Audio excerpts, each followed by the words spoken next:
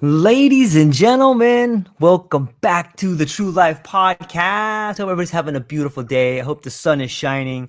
I hope that you're in the mood to learn something new and spend a little time in an interesting, quiet conversation about just what's going on in the world. I have an incredible guest for you today, Dr. Barbara Kleeb, and we're going to be navigating a wide range of different knowledge and talk about waves of transformation and the spirit that thrives in complexity and a passion for understanding.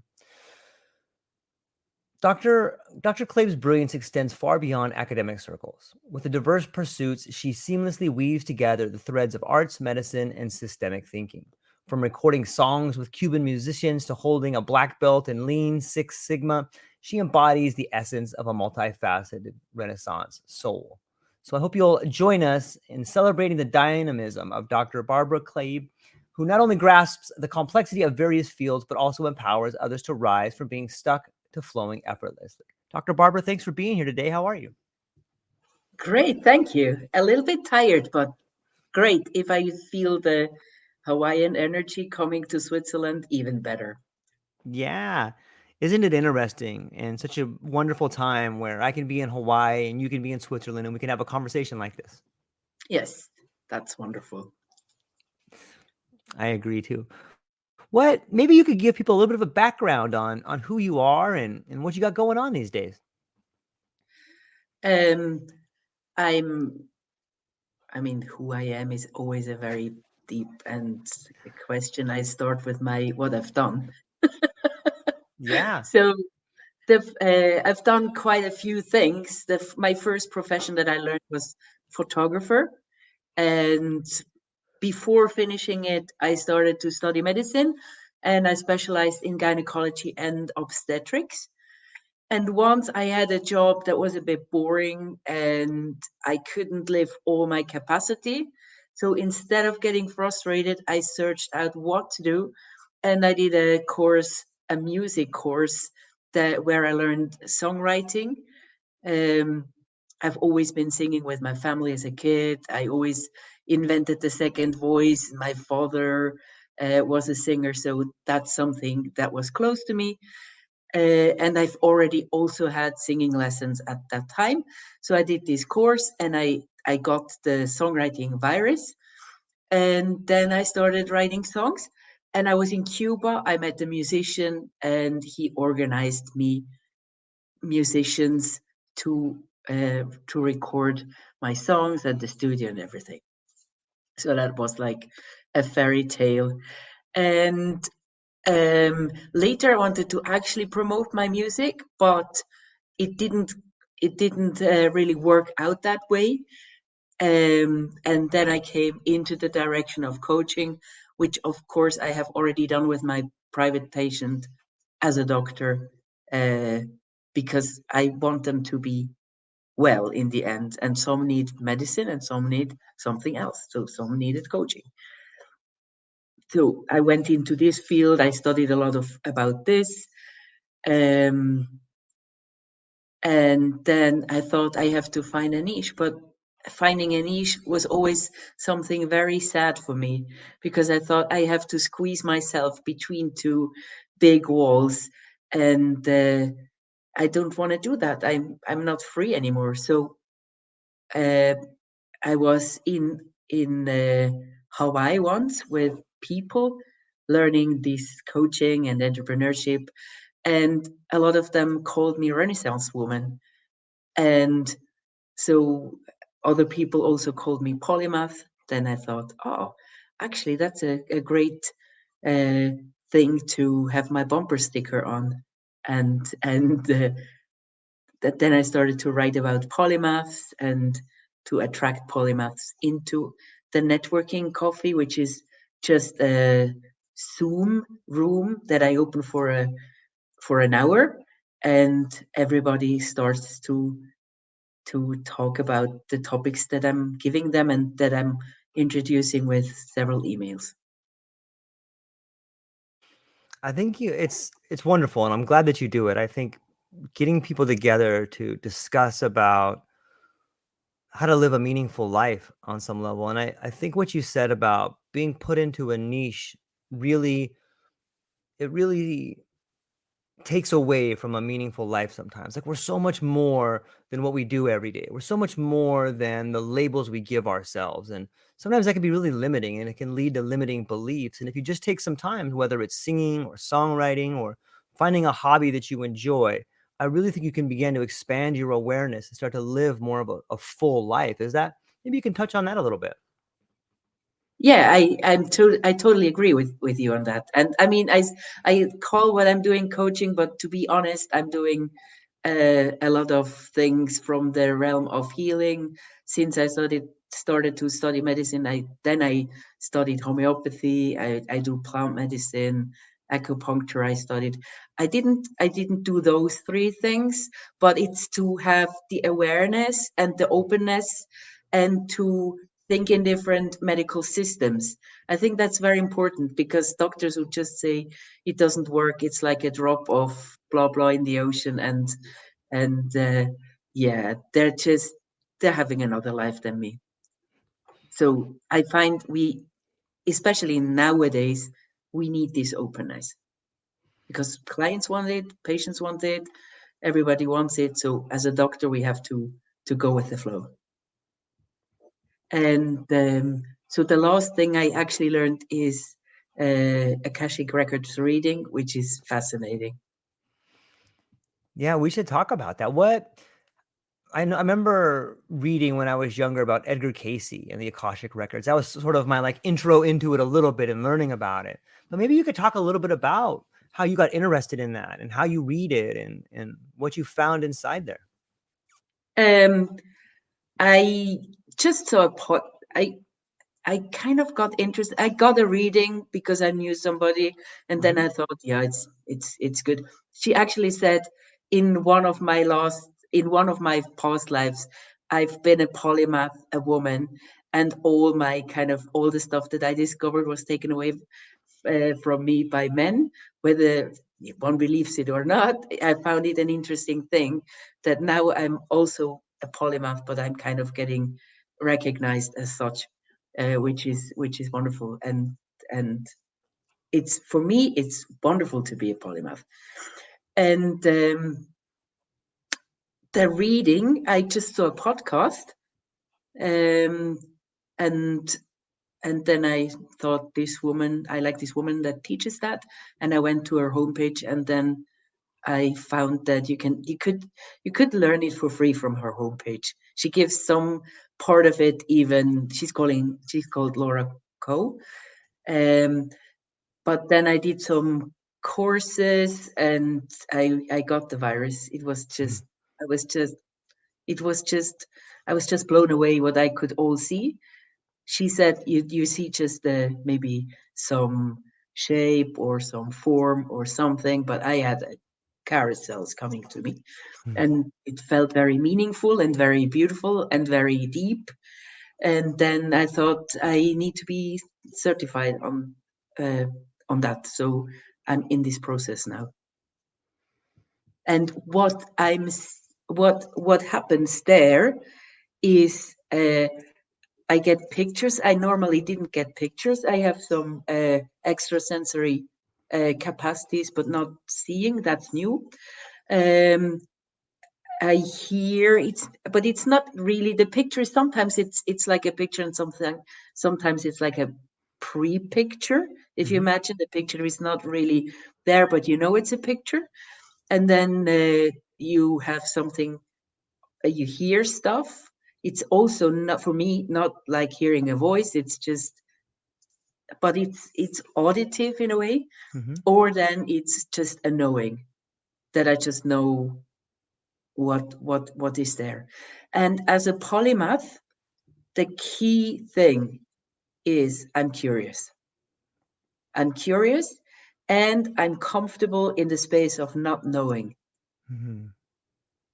And this space is actually where you get all the knowledge.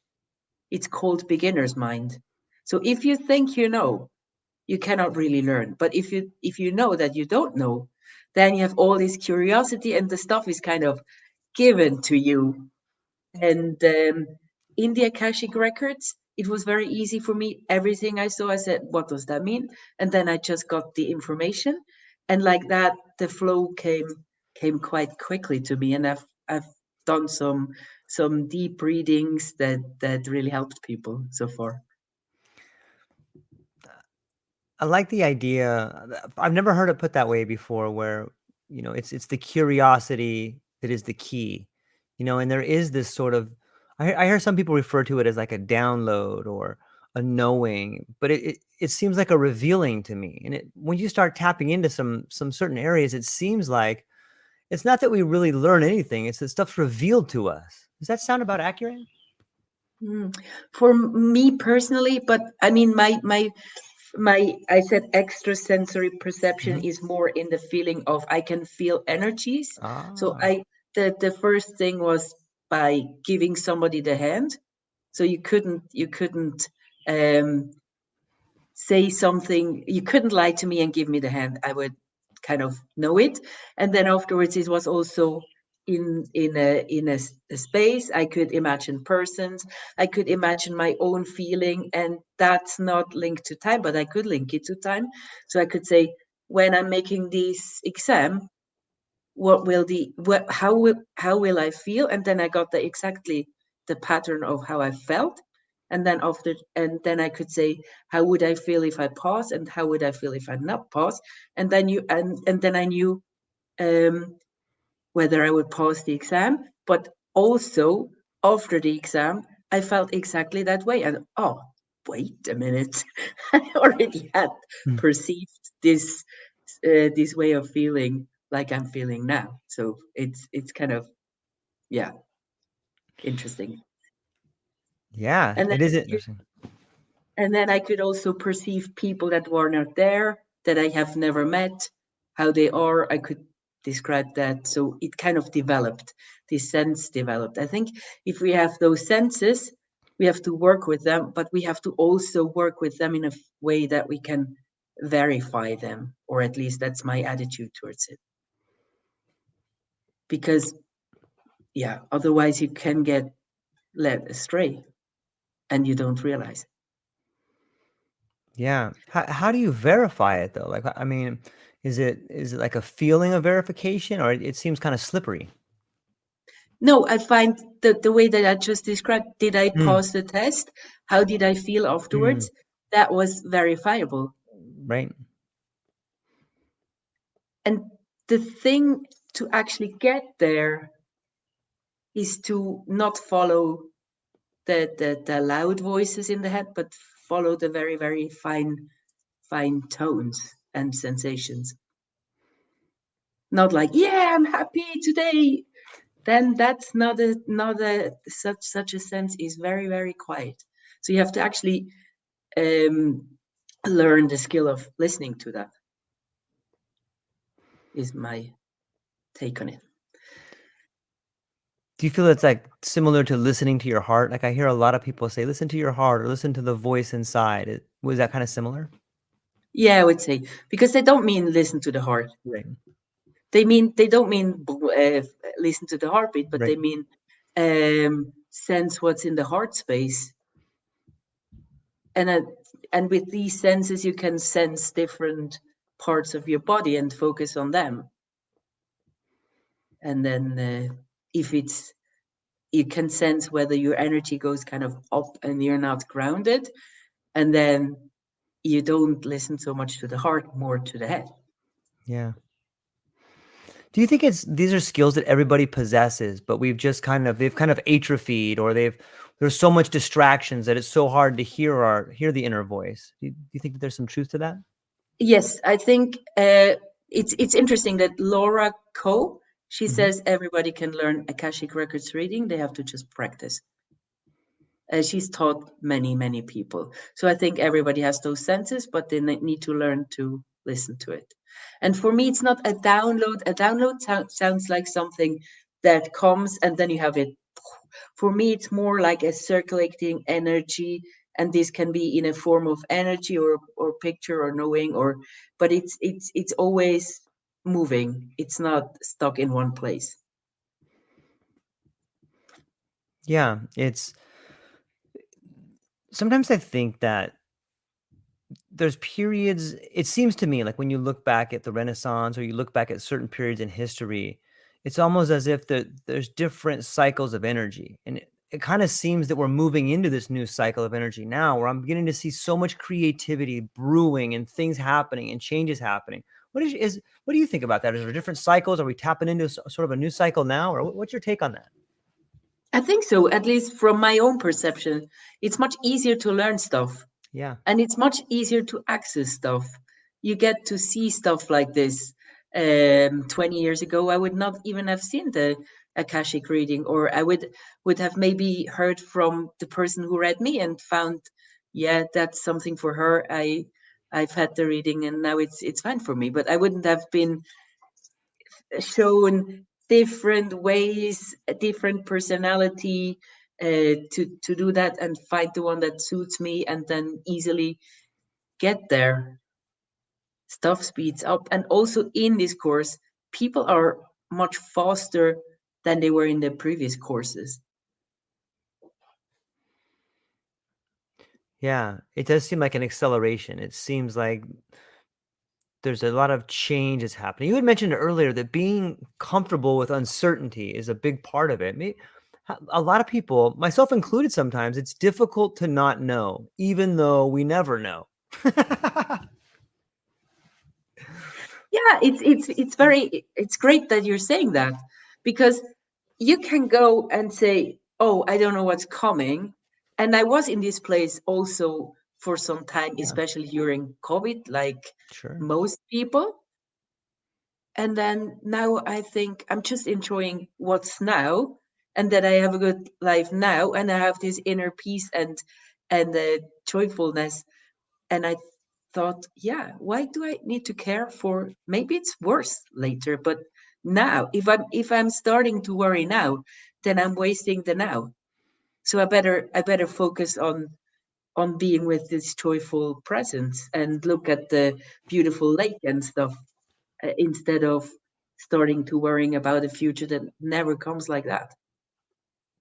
Yeah, it seems like it's never the thing you worry about. It's some random event that happens on Tuesday at 4 p.m. or something like that that you never thought of. Like that's the thing you gotta, that's the thing that really gets you. But there is something, whether it was Eckhart Tolle's The Power of Now or a lot of the Buddhist tradition, or I know Perry in the Octopus Movement talks about the beauty between two thoughts. There's something really grounding about just being thankful and having gratitude in the moment, right? Hmm. And yes, gratitude, using the Hmm. senses. I like the word awe, because we have very beautiful landscape here in Yeah, Switzerland, and as well in Hawaii. yeah. And you can just have this feeling of awe where everything opens up and you're automatically in the moment, unless you're not able to really enjoy that. Yeah. I think if you I think most people can do an exercise where if they just stay quiet for a little bit and look around, they can find the beauty in the moment, whether it's a book, whether they're in their home, or whether they're just enjoying the silence in their own thoughts for a moment. Like there's real power in slowing down and being silent and observing the now. What are some, maybe you could talk about some of the, is there like a certain like exercise, or is there a certain sort of thing that you do to prepare when you want to look into the Akashic records, or is there a certain sort of setup, or maybe there's a certain setup that you do? Yeah, the records you read, something like I call it a prayer, and I don't know whether Hmm. that's the official term, but it's something like a prayer. It's beautiful. You thank and you open the record. You need both, all the names of the person, so you open the right record, and then you have to be quiet, and then you have either pressure in the head, or I sense like a energy zone here, where transparent energy is. I don't sense it all the time. Is exactly the same. Is there, when people come to you, is there like a certain sort of pattern that people are looking for? Are people looking for, if they come to you for a reading, are they trying to figure out, what do they seem to be searching for? Um, I don't know what that will be, because I Right. started out and I searched out the people and say, do you want to have a reading? Or when, for example, my partner had a problem, Mm-hmm. I did a reading for him, and now I can see it in his behavior that he wants another reading. And then I said, do you want a reading? And he says yes, because they are very effective. And like changing in the context of changing the job or interaction with people, or some people want to know all kinds of stuff. What's my purpose? Nobody asked me that yet, but that's a question that I have to expect. Um, the thing is, it's non-judgmental, Mm. so you cannot say, "Is this the right way for me or not?" These forces are non-judgmental, totally. There's no right or wrong. There's something so intimate in a conversation that's between two people talking about purpose or maybe looking at the records of their life. It seems like on some level, and maybe just in my life or in other people's lives that I've spoken to, but that seems to have gone missing on some level. And maybe that's sort of the spiritual transfer that's happening when you sit down with someone. Yeah, but it's, I mean, the thing I'm doing is I start a conversation. Hmm. That's the normal thing. I start a conversation, and then I'm getting somewhere where where the if I'm doing a coaching, the coachee is stuck. Maybe it's something that he doesn't know or she doesn't know, or a mindset or a trauma or whatever. And then I look, which of the many tools in my toolbox would be the suiting tool to help this person.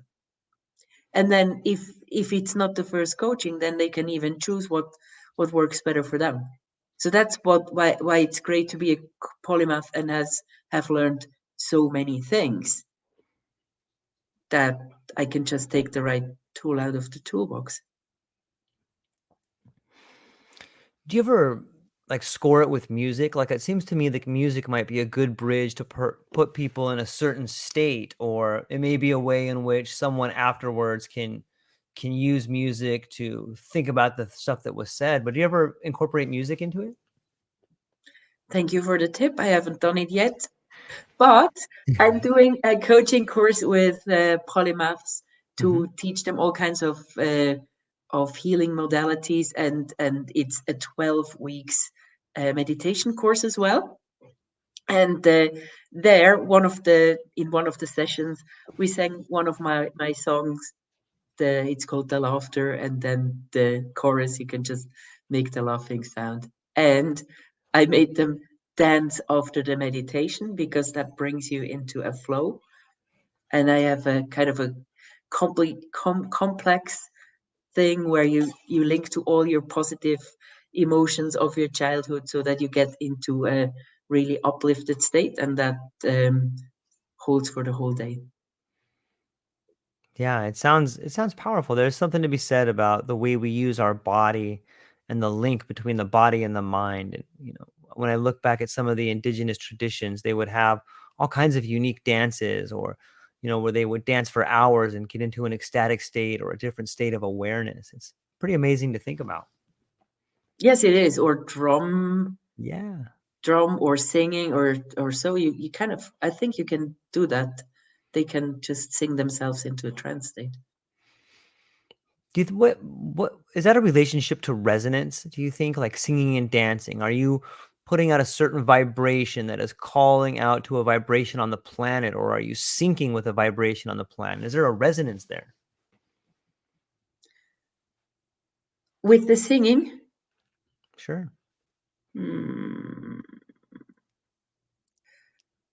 uh, mm, rarely. There are some jam sessions at the Lake of Zurich sometimes, Hmm. and but and then certain moments there, I can kind of like sing, like the earth would sing through me, but they're Mm, very short moments, and it's not the right space and the right people to do that long term. But that would be something that one could cultivate. And then, I mean, the voice is an important instrument in leadership. yeah. And I mean, as a doctor, I sometimes need to lead through situations that are not easy. And if I can use my voice and my body in a way that is really conscious, then I can just lead and people have no fear because I'm I'm aware and I'm there for them. And this starts for me. I have a point in my body where I start that it's in my back where I kind of I ground myself and I hold myself in a special way, and then it's much easier to deal with things like that.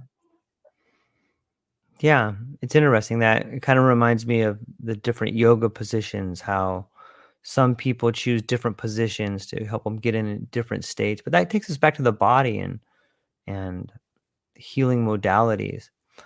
What what role do you think that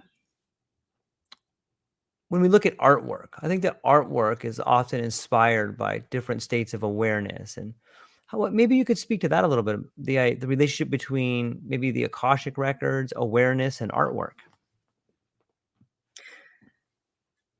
I would leave the Akashic records out of it because I think the Akashic records is something that we are just given. Mm, And intuition, you have to not use your intuition there. Because if you use your own intuition there, then you're getting to a smaller picture. And the Akashic record itself gives you a big picture.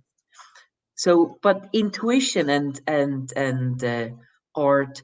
So when I'm writing a poem or a song or so, yeah. I'm getting into and I just got aware of it. I didn't do it intentionally, but it's a very slight trance state that I'm getting, and then I'm in flow, and the stuff just comes to me quite quick if I want to if I have this density of emotions or a topic that even is hurtful for me that I want to write a song about.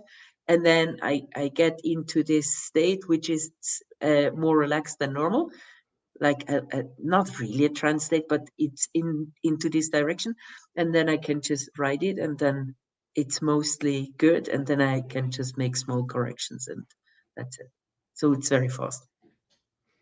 Yeah, it almost sounds like a receiver. Like on some level, you're the receiver and it's kind of flowing through you.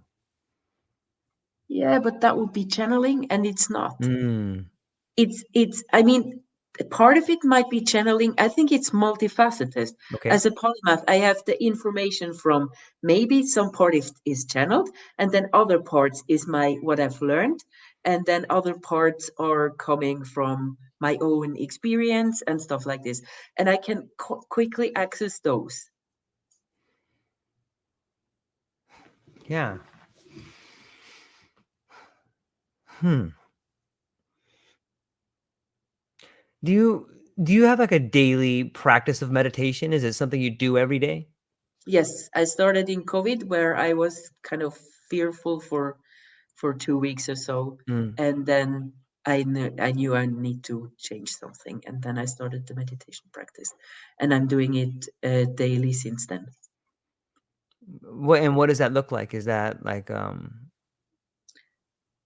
Starting with breath, then I'm starting with then I'm continuing with um, focusing on the five senses. I have six senses because it's not just the sense of touch, it's also the sense of how we're positioned in the room that mm, I look at. And then I'm doing some breathing, and then I'm just going into a mantra meditation. yeah. It's interesting to think about the way in which our daily practices and how those routines can have long ramifications on our life. If we just put into practice something small, that little seed can grow into something wonderful if we continue to nurture it on some level. Oh, and I also integrated some movements that I needed for my body to be healthy. Mm. So that's the when I'm doing it, then I'm doing it, because it's hard to do something daily. If you do it just like 3 o'clock in the evening, you do that thing and then you do that thing, and there's science that it's better to make a habit stack, it's called, where you're Mm. doing all the stuff after each other. Then you have to just have one cue, which means I do this session. Or if you don't want to go to do sports, I pack my bag already. I just say I take my rucksack and on my shoulders, and then the rest of the stuff you do automatically, or follows. It's stacked on upon each other, so you have to just remember one thing. Yeah. What, I've I hope I'm noticed. not too fast with No, my. not at all. I just like I just have a lot of different thoughts when it comes to these different areas. What do you think about language? When I look at language, the language people use in their life, do you think that that plays a major role in awareness, at least in your life? Like, you know what I mean by like the patterns of language? I've noticed that different people have different patterns of language, and it seems like those people that have like a slower path of language or a lighter tone of language, they seem to have a different kind of energy. Have you noticed that as well? um, I think people are using the language that suits to their character and Mm. their body and their environment. So when I'm talking, for example, with a patient, I'm totally aware of every word I'm saying, because if I'm using the wrong words, I have an authority that is in the profession. And then if I'm using your wrong words, they stick more than if you're just having a conversation with a stranger. So How it's do a you? Yeah, responsibility. yeah, yeah. That's interesting. Yeah. Hmm.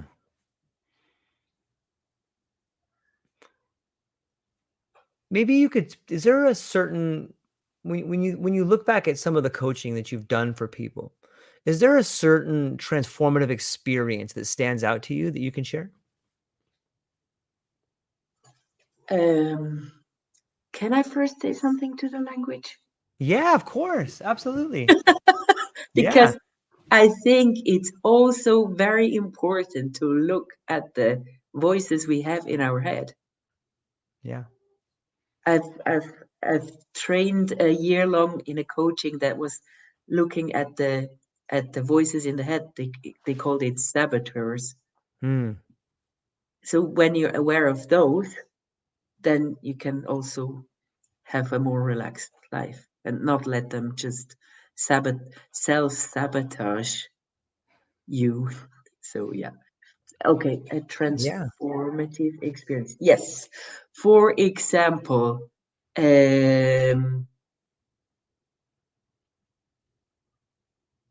one okay, I take my boyfriend because I know I can talk about his story. Um he always had shame in his life, and it really drove him, and he was fast and people didn't really listen to him because he was too fast, and when you're driven by shame, you're not so attentive and open to other people, etc., etc. And then one day he had an accident, and I thought he could have died in the. It was an accident on the highway, Hmm. and I thought, oh, how did you feel? Because I was thinking, yeah, he might have had fear or something like this, and then he said he had shame. So I was like, yeah, but this is not an adequate feeling for the situation. Why did you have shame? And then we looked at where the shame come from, and I did some exercise with him, and the shame left him for good, forever. And it was like his life started new from there. He's now in the growing up phase and taking leadership. But he said he felt light, and it was forever taken from him, and he totally changed. He's now developing empathy and stuff like this, which before he was just uh, following what the shame pushed him to do. What was that exercise to help exercise the shame out of him? How did you It do was that? it was linked to tapping. I'm using that. Sometimes Mm. it's emotional freedom technique, but Hmm. it's linked to the way I'm doing it is linking it to a picture, and then it becomes much more powerful. So pattern interruption and then simultaneously slipping in a new pattern. Yes, Hmm. it's a kind of a. I mean, tapping is very powerful. It has been done with war veterans and stuff like Yeah, this. And I've sure. also once worked with somebody with war trauma. It's worked, and he was in a burnout state, and he was in the verge of not getting to work anymore. And we had 2 sessions, and afterwards, with that and a bit um, cold water and stuff, he's now working again. So it's very powerful, and it can be false, but it depends on how you're doing it, Hmm. who you are, how attentive are you.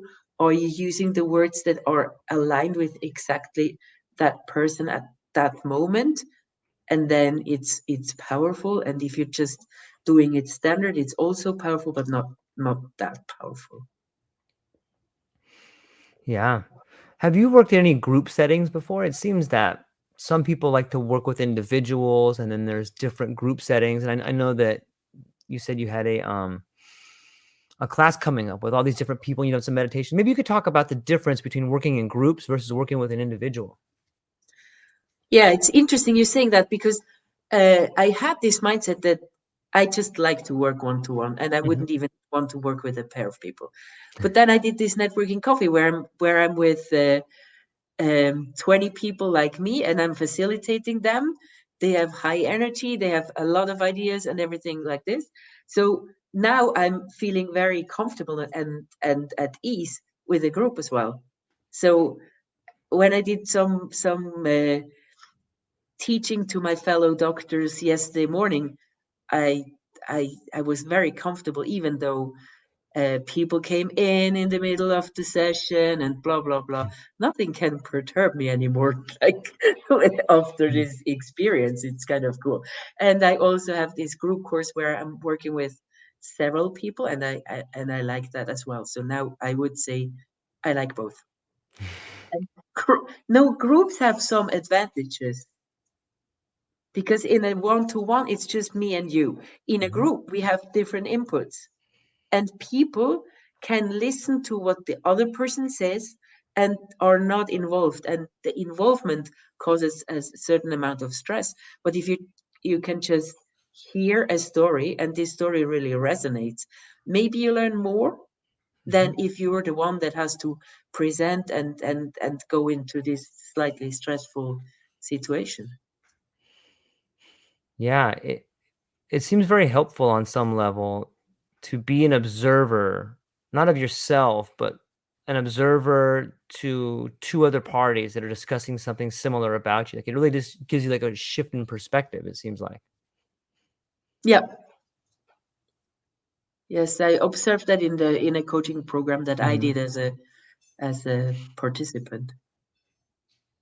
That was cool. If you were on the hot seat, it was quite stressful in front of so many people. But if you could hear and somebody had exactly this problem, then you say, "Oh, how cool!" Hmm. Yeah. On some level, I'm getting this. I've been thinking a lot about ceremonies, and ceremonies seems like to me is just a word for a group of people solving a problem together. But it seems like we don't really have, at least in the Western world, we don't have a whole lot of ceremonies anymore. What's your take on the word ceremony, group settings, and maybe the lack thereof?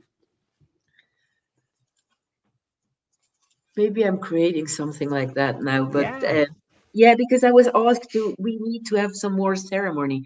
We cannot just yeah, meditate in the morning. We want to do that for our life now that we're in your course. Okay, so I took that on board, and yeah, um, yeah, I think we have that. We don't have that enough. Starting from babies get put to bed. Okay, that's rituals, but a ritual is something like a ceremony as yeah, well. yeah, yeah. It seems that with the lack of ceremony and ritual comes the lack of spirituality, and it's at least in the circle that I have ran with until recently.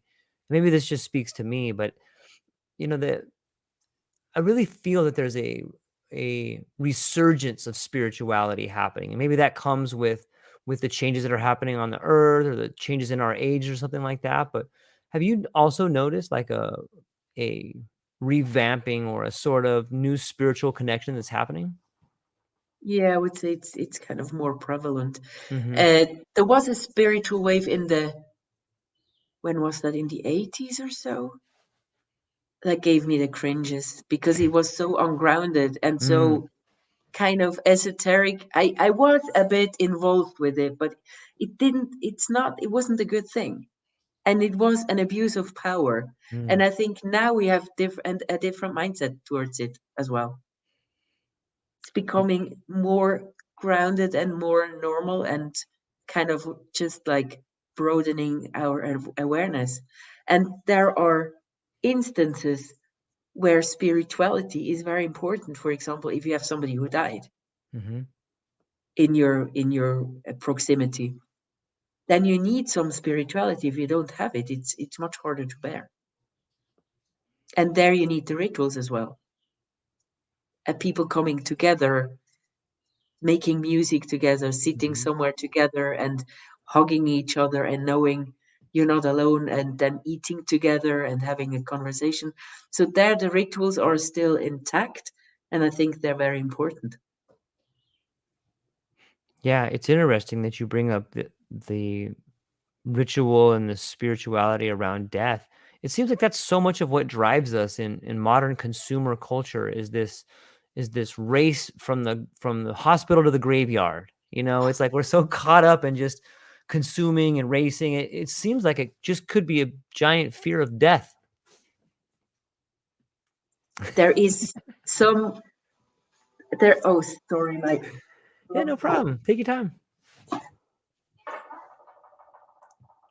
with a current temperature of 7 degrees Celsius. Okay, sorry. No Uh, problem. yeah, there is a spiritual writer on LinkedIn that I'm connected with and interacting with, and he says it's mostly people are motivated by fear of death. Mm.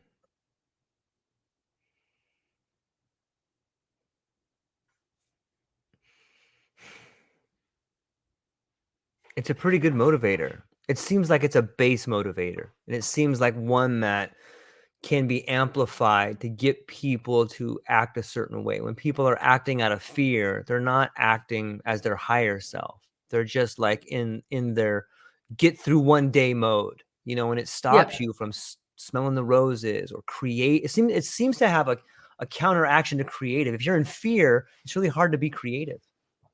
it's true. And maybe creativity could take you away from fear. I'm just thinking about all the art Hmm. therapy that is happening in the tumor clinics, for example. So I think you're kind of expressing it, and also you're focusing on something else. You're expressing your fear, and you're focusing on art instead of your fears Yeah. when you're doing art therapy in this setting.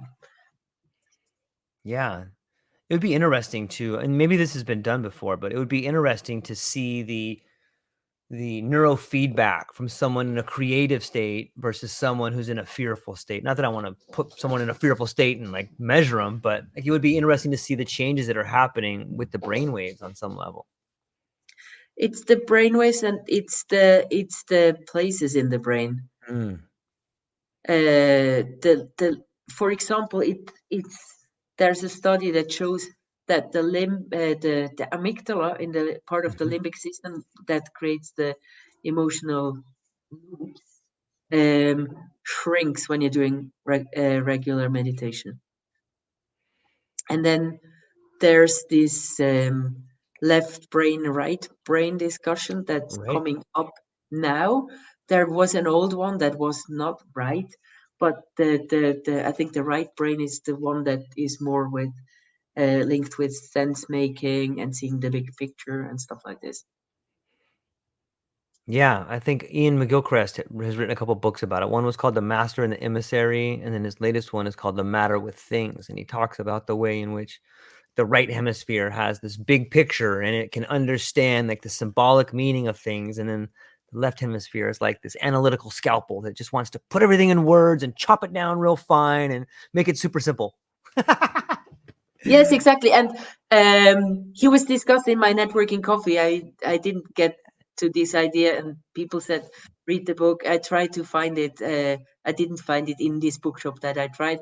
So I went to see some videos which I like more, because then you see how the people are as persons and how they interact with each other. And I've seen, I've studied him in several videos, so I have some knowledge about this topic, but I haven't read the book actually. Have You you? know, I've read The Master and His Emissary, but I haven't read the big his new 2-volume set. I've seen some of the videos too where he goes on and speaks about the different chapters and stuff, and I Yeah. admire that too. It's it's really interesting in this time, and just as we're talking about it, it makes me think you can really get a different perspective when you can watch the author talk about the book that he wrote and then the words that he wrote. It's almost like another dimension of learning. Yes. Yes, and I love that more than just writing the book, reading the book. Yeah, And sometimes, it's interesting. reading the book is better because you have your own fantasy in it. So I wouldn't exclude it, but for me personally, I love the videos. Yeah, I see what you're saying. It's nice to create the own video in your head, but it's also nice to get to see the other modalities and just using all of your senses to absorb the information versus just one or two of the senses. Yes. But I think we should maybe do both. Maybe I should Yeah. read more. Yeah, I think it's important. There's another great book by Marshall McLuhan called The Gutenberg Galaxy, and in that book, he talks about how the printing press shifted our awareness because it gave us ideas like exact repeatability. When the book came out, all of a sudden, I could tell you exactly what the author said instead of it being more of a story where I had to translate it and give it to you in my way and put my filter on it. And it was more of a living language in that time versus exact repeatability. Here's what they boom, boom, boom. Kind of an interesting thing to think about. Yeah, yeah. Sounds like. No, it's Yeah. really an interesting thought. It Yeah. kind of tuk, tuk, tuk, opens many doors. Yeah. It does. It's interesting. In Yeah. some ways, I feel like that's the same. That's what today's world is doing. Like when you can interact with AI in a way, like I think it's shifting our sense ratios a little bit. Like you said earlier, it's really cool to watch the author, to watch Ian McGilchrist have the book, and you can absorb it in a different way. And if you absorb it in a different way, that has to change the way the output comes, right? If you're taking it in differently, the way it comes out has got to be different as well, I would think. Yeah. Yeah, and the author cannot just write a book. He has to also be a presentable personality. But Yeah. all the ones who aren't, they don't have to go on so many videos like Ian McGilchrist, Hmm. who is kind of fun to watch, at least for me. Yeah, me too. And he's a polymath, by the way. Imagine that. Yeah. Some of the pages I have to read it like 5 times and just be like, wait a minute. there's a lot in this one sentence right here. I need to stop for a minute, and that's half the fun of it too, because I guess that gets us back to why reading is cool. If you stop, for me, I have like a ton of highlighters, and I'll just highlight this particular sentence and then be like, okay, I can't even get past this page. I got to think about this for a little bit. That's fun to do, right? Yeah. I also like the highlighting the stuff to actually memorize. Do you think that that's something in your future as a book? Are you gonna maybe put out some books? Give me an idea. Like maybe a book about the relationship between getting yourself into reading the Akashic records and then translating that to a group setting. Like I would read. You should write a book. I would totally read it. Yeah, but that's too peripheral from all the stuff I'm doing. It should involve more. That's like me. It would kind of squeeze me in. If Yeah. I were totally into doing just that, but I don't think so, because I also like to teach. I also like Mhm. to do the coaching. I also like to do, yeah, I like to do the many things, and the art is to bring it together and still make a business out of it in a Yeah. world where business is led in a totally opposite way.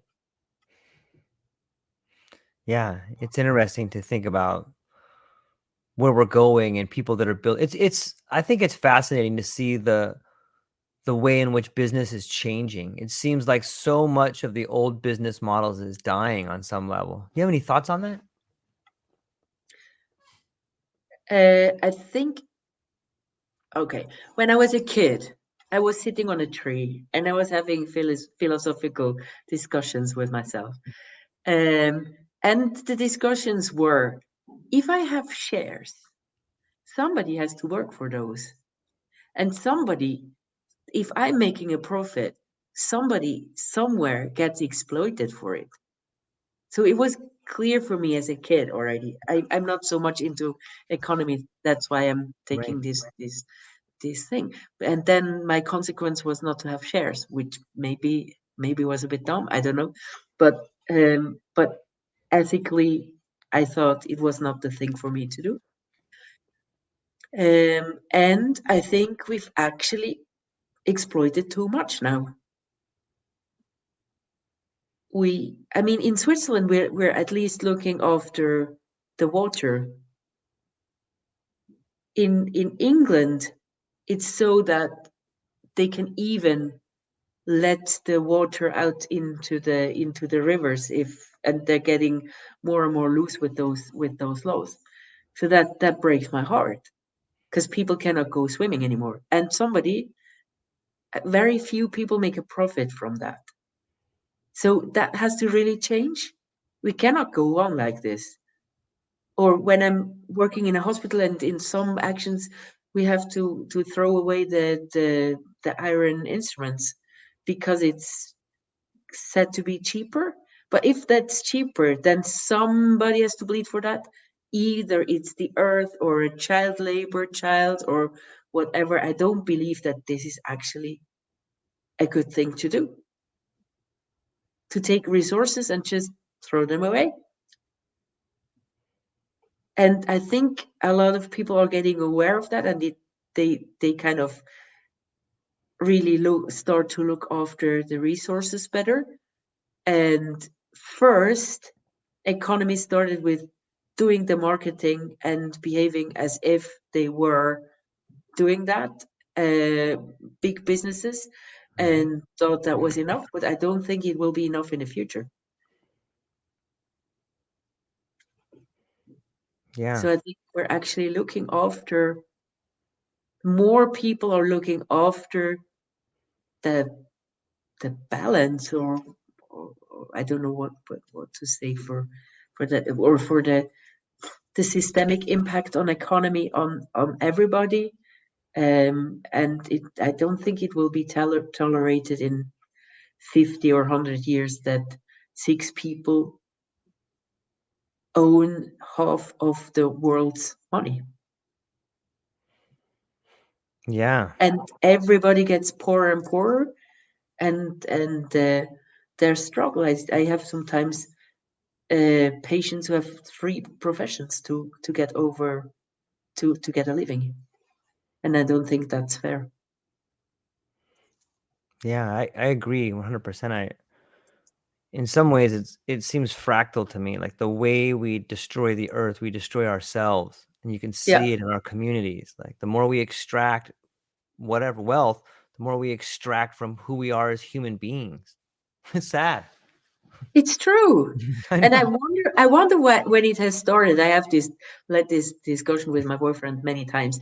I think it started when we were uh, owning land or something like this, or when we were Mm, sitting in one place. Because if you just yeah. move around, then you have to be friendly to the stranger who crosses your path. Yeah, I read somewhere that one of the longest standing structures is the grain tower of Jericho, and that particular grain structure was the beginning of the idea of surplus. And when you have surplus, then you start having wars because all you have to do is just sit there, and then you start building this up, and then people are like, "Hey, they have all the stuff over there. Let's go get it," And they say they had giant boulders they could push off the Tower of Jericho to like smash people that would take their stuff, and like, but yeah, hunting and gathering I think seems to be a way where everyone has the communal land. And when you maybe it's the concept of mine or me, maybe that has something to do with it too. Yeah, because I mean, we are not the first ones that have Yeah. narcissists. If you look in a gallery of a castle, how do people look like? You can see that in the faces. They were also that the governing classes were often narcissistic. Mm-hmm. Giant life-size pictures of themselves.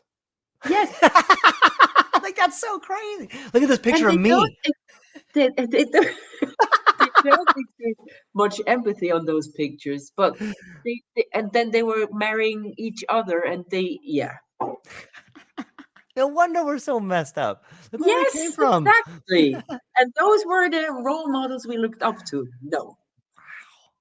I'm so thankful that we're waking up from that, right? What's the great line in James Joyce's book? History is the nightmare from which I'm trying to awaken. I've never heard. Which book of James Joyce? I think it was Ulysses. I think Oh, that's the last line in Ulysses, somewhere close to it.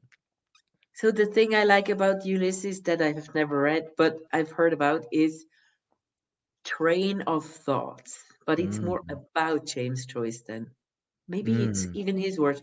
But I'm using that a lot. So I have to kind of control that I'm not jumping too much.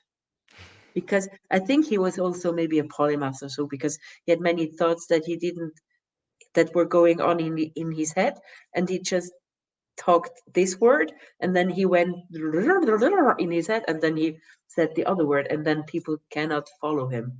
That's why it's such a difficult book to read. Yeah, yeah. There's so much wisdom in literature that we can turn to and get to relive in some ways. Like that's the beauty of maybe that's the beauty of a lot of artwork is that it reaches out to us and we can experience it in a way that's almost foreign today in some ways. So when now I'm curious also where you come from and whether you may be a polymath. And yeah, can you please tell me a little bit? Yeah, I grew up in California and I have a lot of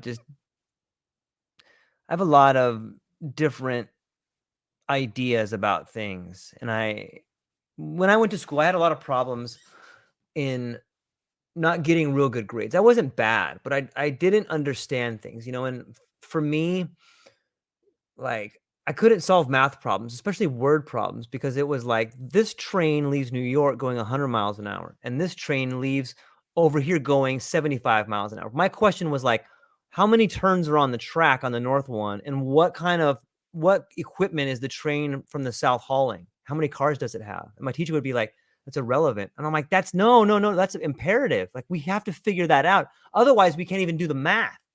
And the teacher would be like, George, you're making it way too complicated. And I'm like, no, no, no, you are not telling me all the facts. It's like I couldn't, like I would never be able to solve Ah, the problems. And then the teachers would be like, I get a bad grade. And my parents would be like, how come you can't do that? And I'm like, it doesn't make any sense. We don't even have the information. There's no point in doing that. Like, that's not even going to be the answer. And so like that was like that's where I realized I was like a little bit different than people. And that those same sort of insights in my life have been challenging for me, for people to see me in the same way. And so I didn't really fit in a whole lot. Like I could see different things. Like I had all kinds of different insights that people didn't have, but that seemed to alienate me. And then even later in life, when I would have different jobs, and you know, I worked for a multinational corporation, and they just they want to know about production. And so I came to them with some answers like, you guys aren't measuring all the variables. Therefore, you're not going to get the production standards that you want. And these production standards that you have, those are bullshit. These are just numbers that you created to force people to work harder. If you want better production, let's do it this way. And they would just stare at me and be like, you know what, George, you're being very difficult. And I'm like, me? You're being difficult. You guys are using a system that doesn't work. And you're trying to tell me I'm the problem. And when I come to you with a solution, you guys say I'm the problem. How am I the problem? So next thing you know, I get fired, and Yeah. like that's me. I love reading. I love, like, that's why I do this podcast. I get to talk to you and so many different people. And like, I can't, it's very fulfilling for me to get to have 2 to 3 different conversations with 3 or 4 different people who think completely different. Like that fulfills me on a level that I've never been fulfilled before. And it's very helpful to me to make sense of the world when I can talk to other people and hear a radically different perspective. Like that is really helpful to me.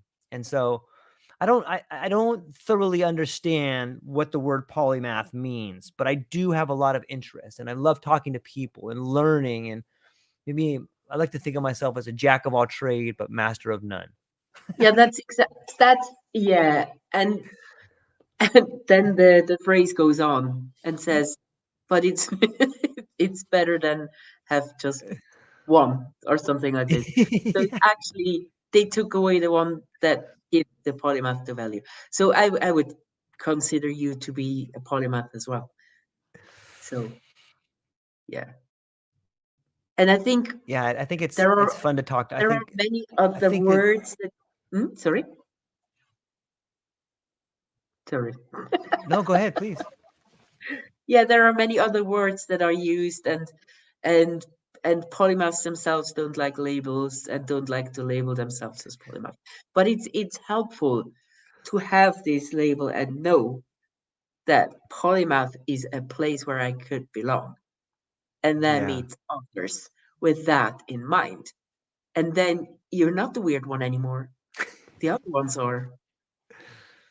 In a gremium of polymaths, you're feeling very well. So that's why I created that.